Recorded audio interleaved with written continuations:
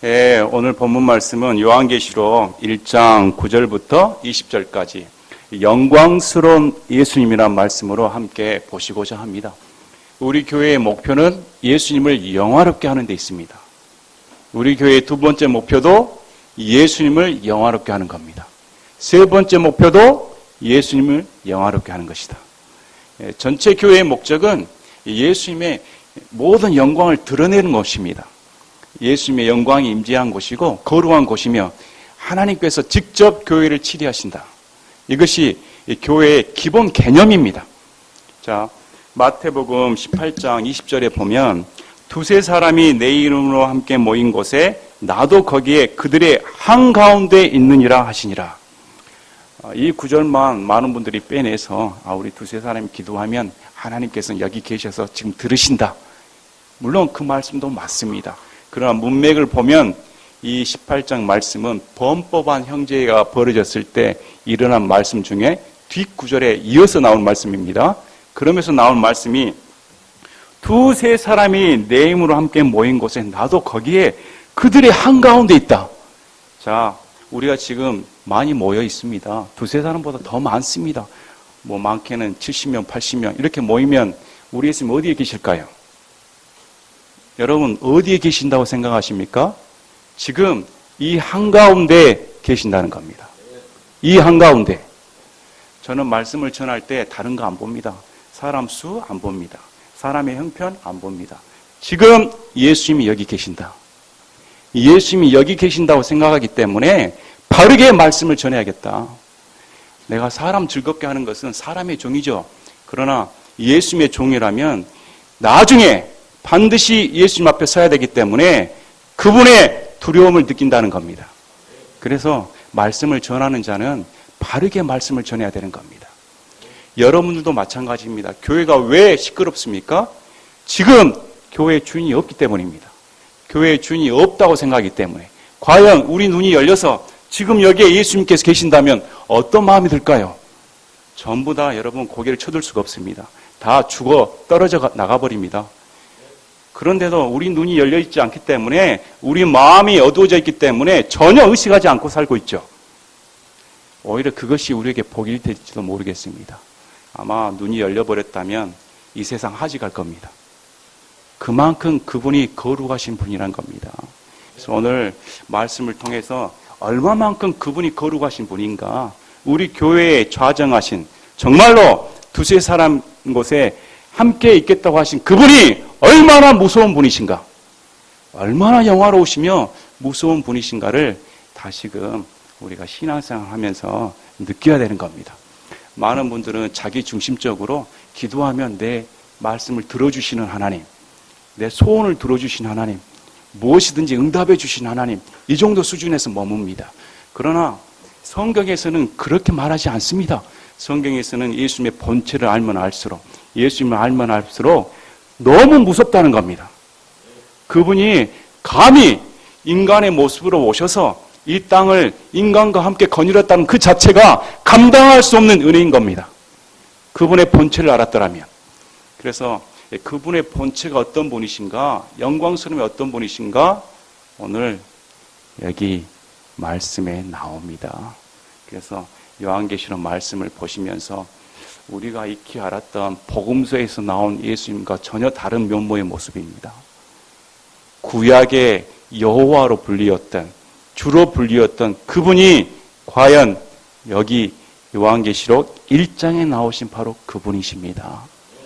자, 1장 9절을 보니까 요한계시록은 사도 요한이 약 90세 말년에 반모섬에 유배되었을 때 하나님께서 환상으로 보여주신 사건을 기록해 놓은 책입니다. 그래서 너무 많은 사람들이 이 신비로운 책을 해석하고자 잘못 해석하기 때문에 곁길로 빠지는 경우가 많습니다. 그래서 가장 안전한 길은 최대한 문자주의로 보는 겁니다. 최대한 문맥에서 벗어나지 않고 문자주의로 보았을 때 제일 안전한 겁니다. 그래서 오늘 말씀을 볼 때도 문자 그대로 보겠습니다. 나 요한은 또한 너희 형제여 환난과 예수 그리스도의 왕국과 인내에 동참하는 자라. 내가 하나님의 말씀과 예수 그리스도의 증언으로 인해 반모라 하는 섬에 있었노라. 요한이 자신의 처지에 대해서 설명을 하는데 나 요한은 너희 형제다 이렇게 말을 합니다. 예수 그리스도 안에서는 다 형제입니다. 그리스도 안에서는 세대가 1세대밖에 없기 때문에 예수 그리스도께서 우리의 맏형이 되시고 우리는 예수 그리스도의 동생이라고 성경은 말하고 있습니다. 그래서 우리는 예수 그리스도 안에서 하나님 자녀로 아들로 서로 다 형제들입니다. 그래서 요한은 이 점을 분명히 합니다. 너희 형제다. 동료라는 말입니다. 함께하는 가족이다. 자, 환난과 예수 그리스도의 왕국과 인내에 동참하는 자라. 형제라면 예수 그리스도께 속한 자라면 어떤 현상이 벌어지는가 하면 환난이 있다는 겁니다. 요한은 너희들도 환난을 당하는 것처럼 나도 지금 환난을 당하고 있다.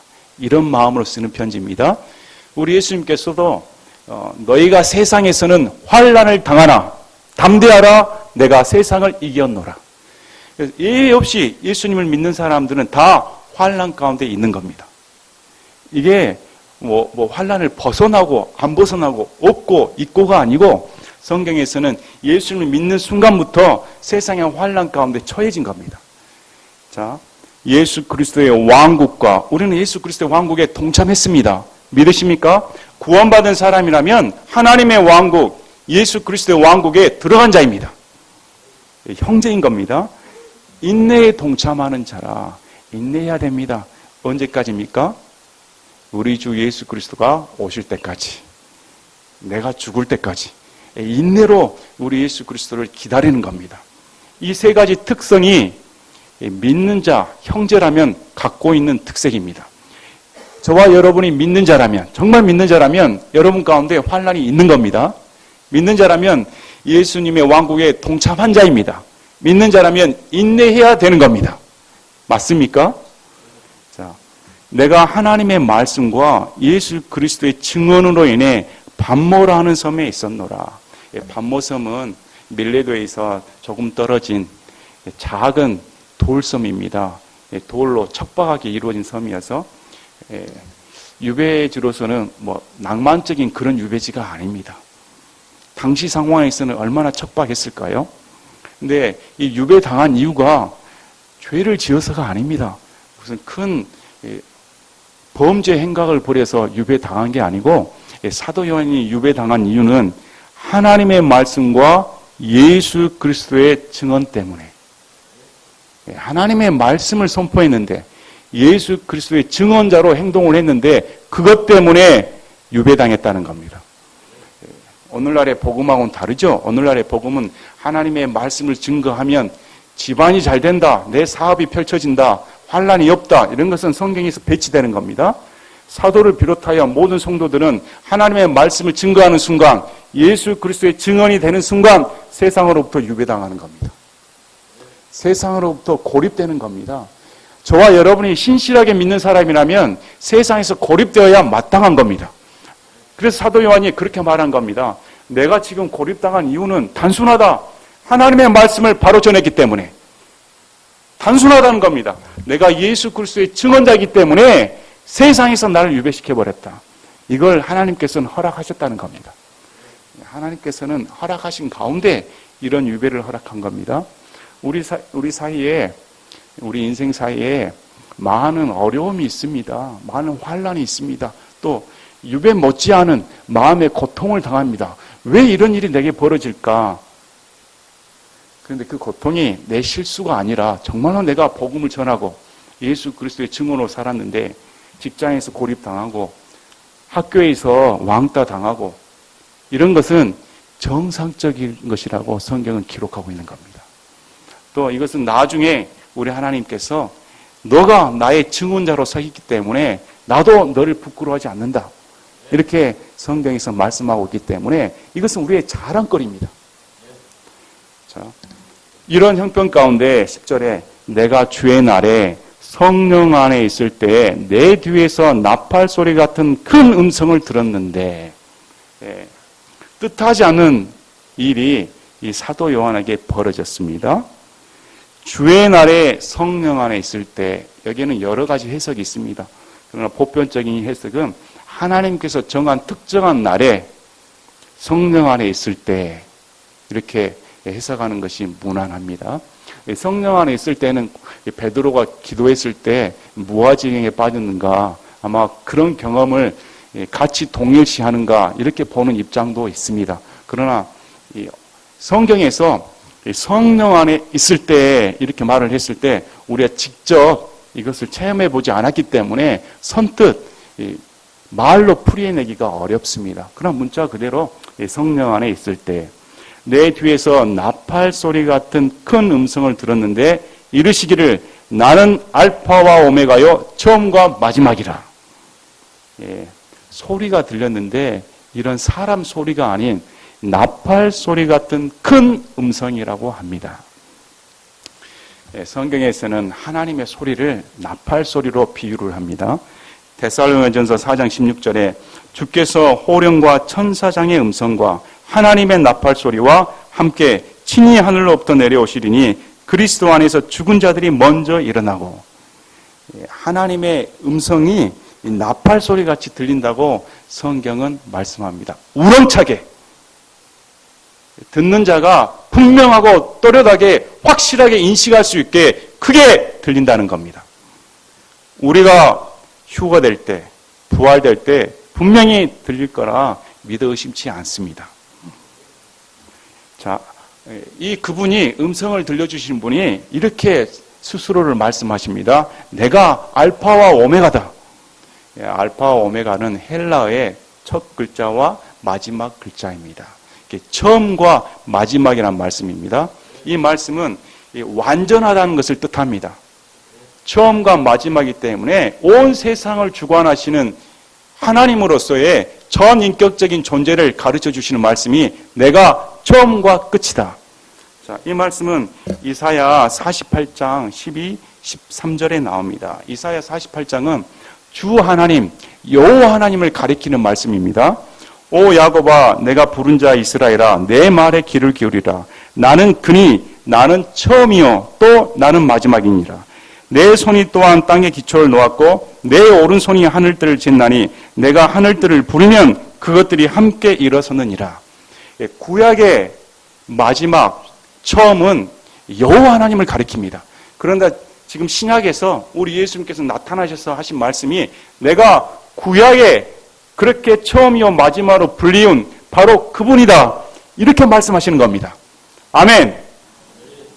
자, 그때 창조주 여호와 하나님께서 바로 예수님이 내가 그 창조자다. 이렇게 말씀하시는 겁니다. 자, 그래서 이렇게 내가 보는 것을 책에 기록하여 아시아에 있는 7교회 곧 에베소, 서머나, 버가모, 두아드리아, 사대, 필라델피아, 라오디게아 교회에 보내라 하시더라. 이렇게 불러서 임명을 주신 목적이 아시아에 있는 7교회에 책에 기록해서 그걸 보내라 이렇게 말씀을 합니다.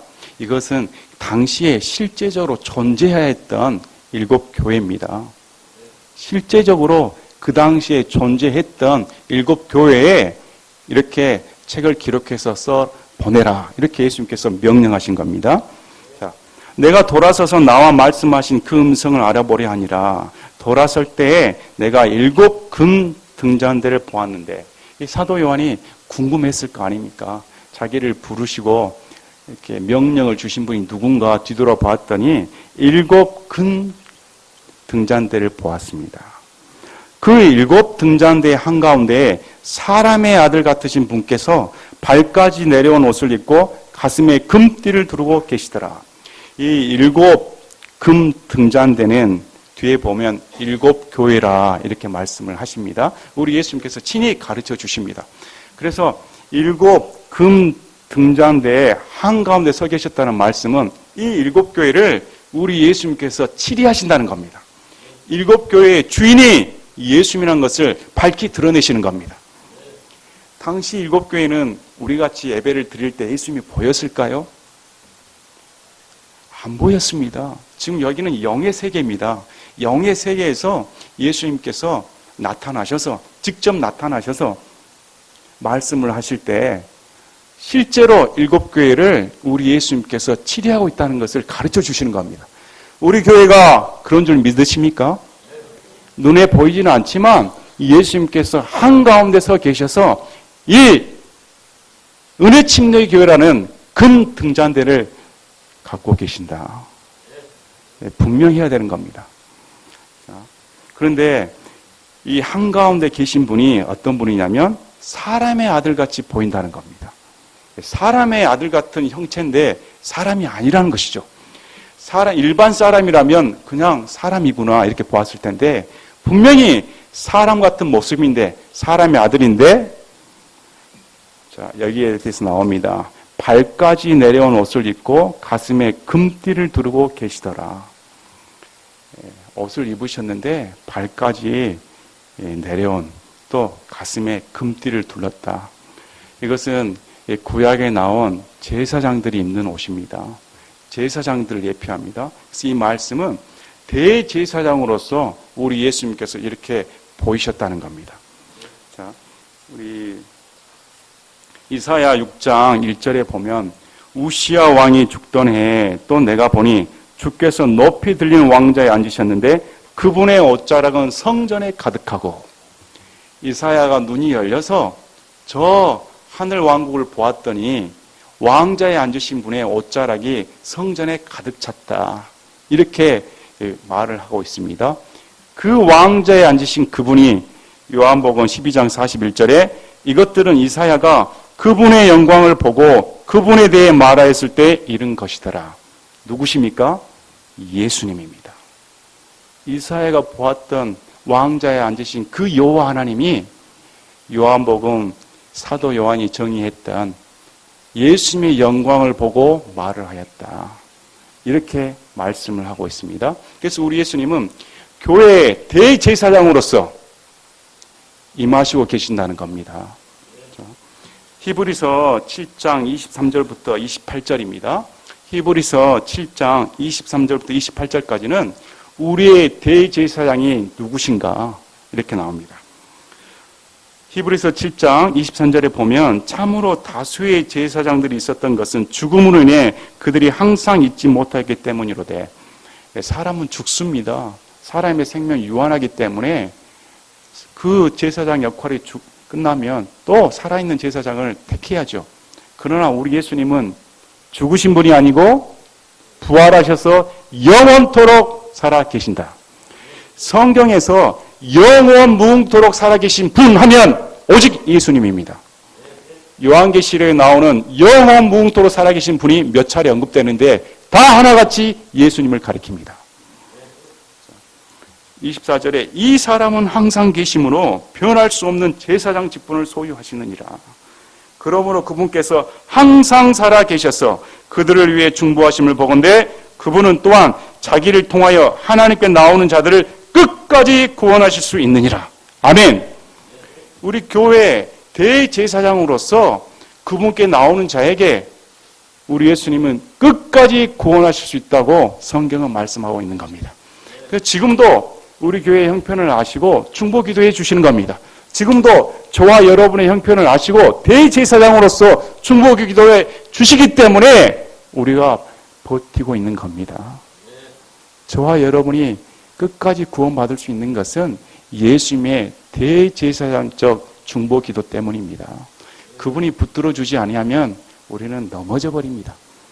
자, 이러한 대제사장께서는 우리에게 합당한 분이셨으니 곧 그분은 거룩하시고 해가 없으시고 더러움이 없으시고 죄인들로부터 분리되시고 하늘들보다 더 높이 되셨느니라. 이전 구약에서는 여러 차례 희생물을 드려야 됐지만 27절에 그분께서는 친히 자신을 드리실 때에 이 일을 단 한 번에 행하셨다. 단 한 번 영원히 끝장내셨다고 성경은 말씀합니다. 율법은 연약함을 가진 사람들을 대제사장들로 삼거니와 율법이 있은 뒤에 이 은혜 시대에는 하신 맹세의 말씀은 영원 무궁토록 거룩히 구분된 아들을 대제사장으로 삼느니라. 이제 율법 시대와 전혀 다른 시대인 겁니다. 이 은혜의 시대 가운데서는 누구든지 예수 그리스도를 주로 믿는 자에게 변할 수 없는, 변개되지 않는 영원한 생명의 구원을 주셨다고 말씀하셨기 때문에 단 한 번 영원히 구원받는 겁니다. 그래서 그분이 바로 요한계시록 오늘 말씀처럼 긴 옷을 입으시고 가슴에 금띠를 두르신 우리의 대제사장이다. 이렇게 말씀을 합니다. 그 다음에 그분의 머리와 머리털은 양털같이 희고 눈같이 희며 그분의 두 눈은 불꽃 같고 이렇게 성경은 적혀져 있습니다. 자, 이 말씀은 순결하시다는 겁니다. 때가 묻지 않는 거룩의 전체적인 걸 표현을 합니다. 머리와 같이 양털같이 희다. 가장 희다는 것을 표현해 주는 말씀입니다. 눈같이 희다. 죄가 있을 때는 양털 같다는 말을 표현하지 않습니다. 그래서 우리 예수님도 너희 죄가 주홍 같을지라도 예수님의 피 때문에 양털같이 눈같이 된다는 겁니다. 이것은 죄가 없는 순수 무결한 상태를 말씀해 주시는 겁니다. 그 다음 그분의 두 눈은 불꽃 같고 두 눈이 불꽃 같다고 합니다. 여러분 예수님의 눈을 쳐다볼 수가 있겠습니까? 여러분 예수님의 눈에서 불꽃이 터지는 것을 볼 수가 있겠습니까? 많은 사람들은 예수님의 인자함, 인자하신 눈, 사랑의 눈만 기억합니다. 그러나 예수님 진노하시는 분입니다. 이글이글 타오르는 진노의 불을 감당할 자가 있을까요? 자, 이 말씀은 우리 예수님께서 심판하실 때 나오는 말씀입니다. 요한계시록 19장에 보면 우리 예수님께서 지상에 재림하시면서 심판하시는 내용인데 19장 11, 12, 13절에 이렇게 나옵니다. 또 내가 하늘이 열린 것을 보니 보라 흰 말이라 그 위에 타신 분은 신실하시니 참되시니라 불리더라. 그분은 의로 심판하며 전쟁을 하시느니라. 자 12절에 그분의 눈은 불꽃 같고 그분의 머리 위에는 많은 관이 있었으며 또 그분께 기록된 한 이름이 있었으나 그분밖에는 아무도 그것을 알지 못하더라. 또 그분께서 피에 담근 옷을 입으셨는데 그분의 이름은 하나님의 말씀이라 불리느니라. 심판하실 때 그 눈에서 나오는 불꽃이라는 겁니다. 무섭습니다. 우리 예수님은 무서우신 분입니다. 예수님의 눈을 피할 자가 없습니다. 사람은 자신의 속생각, 마음을 다 가리우고 있죠. 얼마든지 포장되어 있습니다. 사람 눈은 얼마든지 속일 수가 있습니다. 그러나 지금 여기 한가운데 계신 저는 그렇게 믿습니다. 예수님의 눈은 속일 수가 없는 겁니다. 이 여기 한가운데 계신 분을 이제 여러분이 죽었을 때 분명히 만나게 됩니다. 그러면 우리 예수님께서 그날 그 시에 너의 행동은 어떠했는가 분명히 물으신다는 겁니다. 우리가 조심해야 됩니다. 우리가 신앙생활 할 때 두려워해야 됩니다. 얼마나 우리가 엄습한 곳에 있는가. 자, 그분의 두 말은 영광로에서 달군 듯한 정죄된 녹 같으며 그분의 음성은 많은 물들의 소리와도 같고 영광로에서 달군 듯한 정죄된 놋, 힘과 권위를 상징한다고 합니다. 고난을 이겨내시고 십자가 고난 후에 부활하시는 말미암아 승리를 쟁취하신 그분의 권능, 흔들리지 않는 권위를 상징하기도 한다고 합니다. 그분의 음성은 많은 물들의 소리와도 같고, 이 말씀은 에스겔서의 43장 1절, 2절에도 하나님의 목소리를 표현할 때 쓰는 말입니다. 에스겔 43장 1절부터 2절. 그 후에 그가 나를 데리고 문에 곧 동쪽을 바라보는 문에 이르렀는데 보라 이스라엘의 하나님의 영광이 동쪽 길에서부터 임하더라. 그분의 음성은 많은 물들의 소리 같았고 땅은 그분의 영광으로 말미암아 빛나더라. 에스겔 대언자가 어떻게 말합니까? 하나님의 영광이 임했더니 그분의 음성이 많은 물들의 소리 같다. 바로 예수님의 음성입니다. 이 소리는 여러분 크게 군중들이 외치는 소리 들어보셨습니까? 또 다른 편에서는 많은 무리의 소리와 같다 이렇게 나옵니다. 큰 무리가 함께 고함 지를 때 얼마나 소리가 우렁찹니까? 단순히 한 사람의 목소리 아니라 전 군중이 한꺼번에 외치는 소리로 들렸다는 겁니다. 이것은 예수님의 음성이 얼마나 사람들에게 또렷하며 웅대하며 웅장하게 들린다는 것을 말씀해 주시는 겁니다. 자, 그분의 오른손에는 7별이 있으며 그분의 입에서는 양날 달린 날카로운 검이 나오고 그분의 영모는 해가 세차게 빛나는 것 같더라. 이제 그분의 오른손에 7별이 있다고 나옵니다. 이 7별은 7 교회의 천사다. 이게 성경에서 말씀합니다. 그래서 이 천사를 표현할 때 실제적인 천사를 가리킨다. 이렇게 주장하신 분도 있고 메신저다. 이렇게 주장하신 분도 있습니다. 어찌됐든 사역자임에는 분명합니다. 그래서 이 교회의 7일을 우리 하나님께서 이 사자들을 통해서 다 지고 계신다. 이렇게 이해하시면 되겠습니다. 그런데 어떻게 말씀하시냐면 입에서는 양날 달린 날카로운 검이 나온다. 사도 요한에 보았을 때 어떻게 보였는지 모르겠습니다. 그러나 보았더니 그 입에서 양날 달린 날카로운 검이 나왔다. 요한계시록 19장 15절에 동일하게 말씀이 나옵니다. 우리 예수님께서 심판하실 때, 처벌하실 때 19장 15절 그분의 입에서 예리한 검이 나오는데 그분께서 그 검으로 민족들을 치시고 또 철장으로 그들을 다스리시리라. 또 그분께서는 전능자 하나님의 맹렬한 진노의 포도즙들을 밟으시며 이제 예수님께서 이 땅을 심판하실 때 그 입에서 날카로운 검이 나와 수많은 사람들이 하나님 앞에 심판받는다. 성경에 이렇게 적어져 있습니다. 아울러 양날 달린 날카로운 검은 히브리서 4장에 나옵니다. 우리가 익히 아는 것처럼 히브리서 4장 12, 13, 14절에 보면 하나님의 말씀은 살아있고 권능이 있으며 양날 달린 어떤 검보다도 예리하여 혼과 영과 및 관절과 골수를 찔러 둘로 나누기까지 하고 또 마음의 생각과 의도를 분별하는 분이시니 하나님의 말씀의 특징이 부드러운 게 아닙니다. 부드러운 송방방이 아닙니다.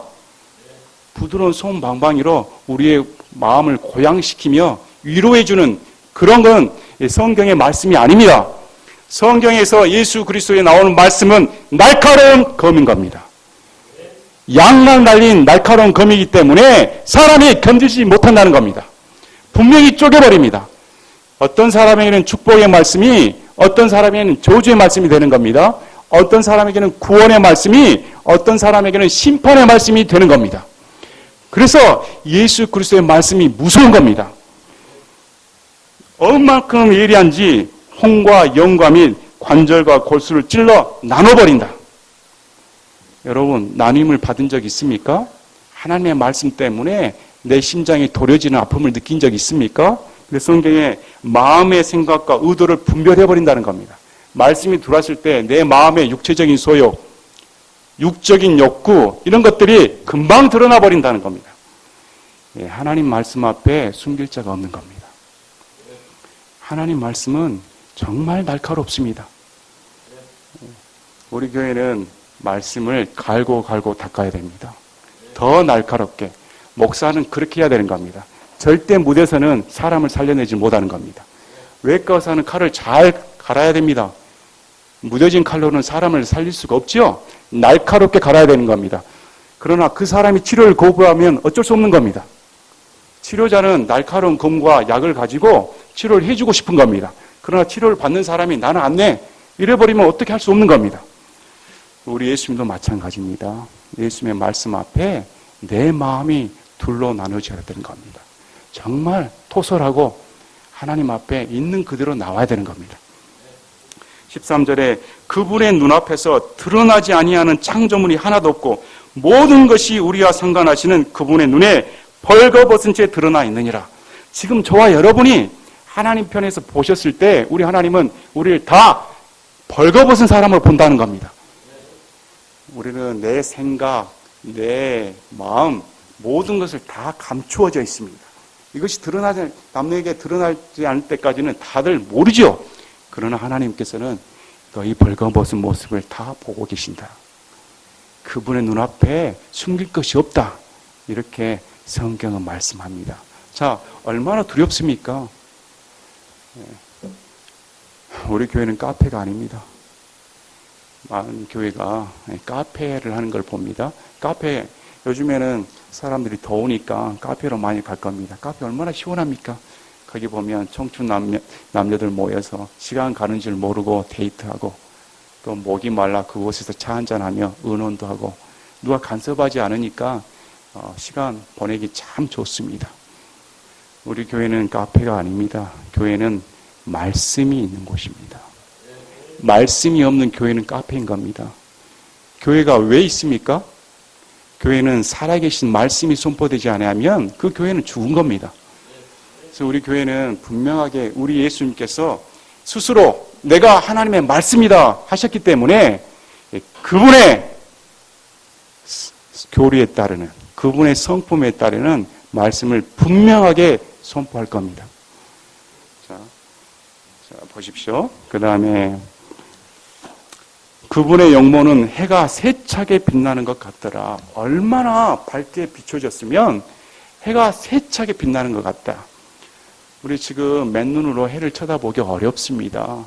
이전에는 검은 셀로판 용기를 대고 아니면 선글라스를 끼고 딱 보아야 개기일식 뭐 이런 거 볼 수가 있는데, 맨눈으로 보기엔 눈이 부십니다. 그러나 성경에서는 이렇게 눈부시게 빛난다고 말씀을 합니다. 이 광경은 우리가 사도행전 26장 13절에 나옵니다. 사도 바울이 예수님을 만났을 때 사도행전 26장 13절에 오 왕이여 종호가 되어 내가 길에서 보니 하늘로부터 해보다 더 밝은 빛이 나와서 나와 함께 길 가는 자들을 둘러 비추었나이다. 사도 바울이 종호의 해보다 더 밝은 빛을 체험하고 바로 쓰러져 버립니다.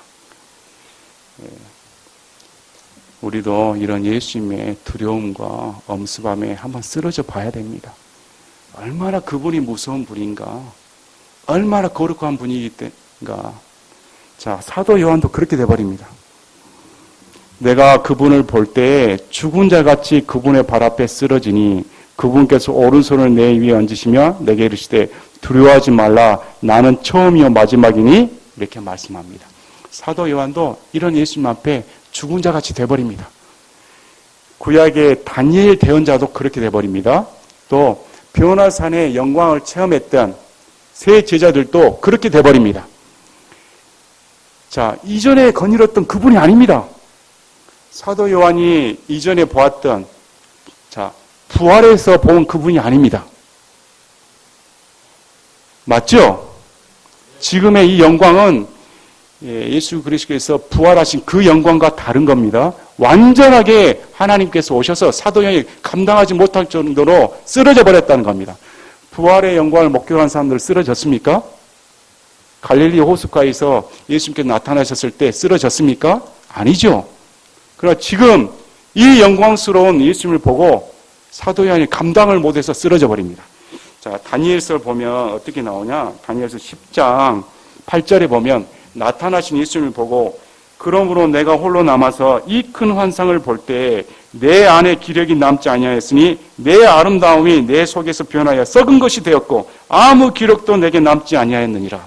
살아계신 예수님 앞에 서버렸더니 자신이 갖고 있는 부, 영화, 아름다움이 썩어져 버렸다는 겁니다. 얼마나 거룩하신 분입니까?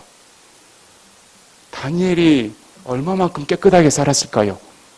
믿음으로 죽음을 각오하고 사자굴에 들어갔던 그 다니엘조차 예수 그리스도가 나타나셨을 때 내가 가진 아름다움이 다 썩어져 버린다, 멸망해 버렸다는 겁니다. 경험하신 적 있으십니까? 정말로 예수 만나신 적 있으십니까? 저는 궁금합니다. 과연 여기 계신 분이 이런 예수님을 한 번이라도 만나신 적이 있는가? 아니면 만나지 않았더라도 과연 그렇게 인식하고 계시는가? 우리는 이런 예수님을 곧 만나게 됩니다. 그때는 저와 여러분 마음대로 못 있습니다. 지금이야 자유롭게 예수님이 안 계신 것처럼 말하고 행동하지만 그날 그분 앞에 서버리면 변명의 여지가 없습니다. 자, 나는 처음이요 마지막이니 18절에 나는 살아있는 자라 전에 죽었으나 보라 내가 영원 무궁토록 살아있노라. 아멘. 또한 내가 지옥과 사망의 열쇠들을 가지고 있노라. 우리 예수님께서 사도 요한에게 두려워하지 말라 하시면서 위로의 말씀이 이 세상의 주관, 사망과 지옥의 모든 열쇠는 내가 가지고 있기 때문에 너는 두려워할 필요가 없다는 겁니다. 아멘. 여러분 두려워할 필요가 있습니까? 우리가 까짓것 죽기보다 더하겠느냐 이런 말을 합니다. 그러나 그 죽음조차도 우리 예수님께서 지고 계시기 때문에 사도 요한을 비롯한 우리에게 두려워할 필요가 없다는 겁니다. 내가 본 것들과 지금 있는 것들과 이후에 있을 것들을 기록할지니 곧 내가 본 내 오른손에 있는 7별과 7금 등장대의 심이라. 7별은 7개의 천사들이요 내가 본 7등장대는 7교회니라. 이 말씀을 통해서 우리가 섬기는, 우리가 영화롭게 해야 할 예수님은 바로 이런 분이시다. 교회의 예수님이십니다.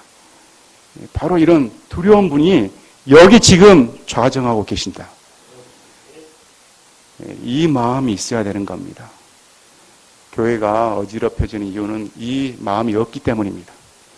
정말 교회가 하나님께서 치리하시고 하나님께서 이곳에 계신다면 그렇게 행동할 수가 없는 겁니다. 여러분, 우리 마음을 돌이켜서 정말 내가 하나님 앞에 바로 서 있는가? 이것은 공동 책임입니다.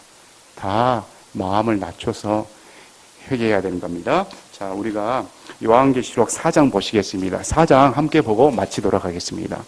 요한계시록 4장, 늘 저는 이 말씀을 들으면 너무 제 마음에 기쁨이 넘칩니다.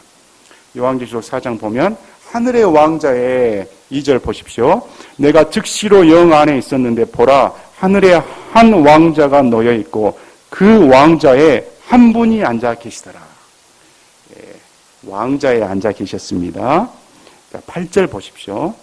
네 짐승이 저마다 자기 둘레에 6날개를 가졌고 그것들의 안쪽에는 눈들이 가득하더라. 그것들이 밤낮 쉬지 않고 이르기를 거룩하다 거룩하다 거룩하다 주 하나님 전능자여 그분은 전에도 계셨고 지금도 계시고 앞으로 오실 이시로다. 예수님입니다. 9절에 그 짐승들이 왕자에 앉으신 분 곧 영원 무궁토록 살아계시는 분께, 영원 무궁토록 살아계신 분은 예수님을 가리키는 호칭입니다. 영광과 존귀와 감사를 드릴 때 24장로가 왕자에 앉으신 분 앞에 엎드려 영원 무궁토록 살아계시는 분께 경배하고 자기들의 관을 왕자 앞에 던지며 이르되, 우리 다 같이 11절 말씀을 크게 한 목소리로 읽어보시겠습니다. 시작. 오 주여, 주는 영광과 존귀와 권능을 받기에 합당하시오니 주께서 모든 것을 창조하셨고 또 그것들이 주를 기쁘게 하려고 존재하며 창조되었나이다 하더라. 아멘. 우리 예수님은 창조주이십니다. 우리를 창조하신 목적이 예수님을 기쁘게 하기 위해서, 우리의 삶의 목적은 예수님을 기쁘게 하기 위한 것입니다. 내 행동, 내 말, 이 모든 것이 다 예수 그리스도께 영광을 돌려야 되는 겁니다. 그분이 나의 창조자이시다.